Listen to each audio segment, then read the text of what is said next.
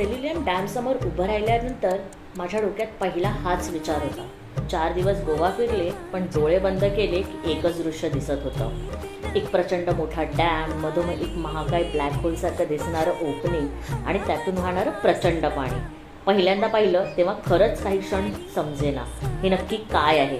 पण जेव्हा त्या ओपनिंगमधून पाण्याचा प्रचंड प्रवाह वाहताना पाहिला तेव्हा एक गोष्ट प्रकर्षाने जाणवली. पाणी शांत दिसतं, पण त्याची ताकद किती भयानक असू शकते याचा प्रत्यक्ष अनुभव तिथे येतो. भव्य नक्कीच, सुंदर होय, पण थोडं भयान ॲब्सोल्युटली. विशेषतः पावसाळ्यात आकाशात ढग, चोळबाजूंनी धुकं, डोंगरावर पसरलेली हिरवाई आणि समोर एवढं प्रचंड पाणी. एकदम वेगळाच गोवा.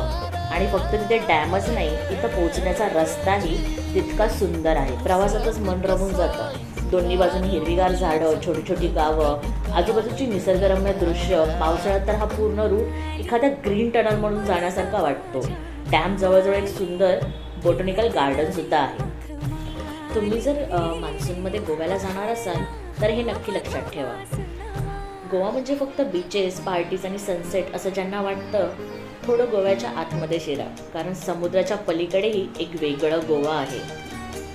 शांत, हिरवगार, मिस्टेरियस आणि कधीकधी थोडं भयानसुद्धा. आणि माझ्या या गोवा बियॉन्ड बीचेस सिरीजची सुरुवात अशाच एका भन्नाट ठिकाणापासून, सेल्युलियन डॅम.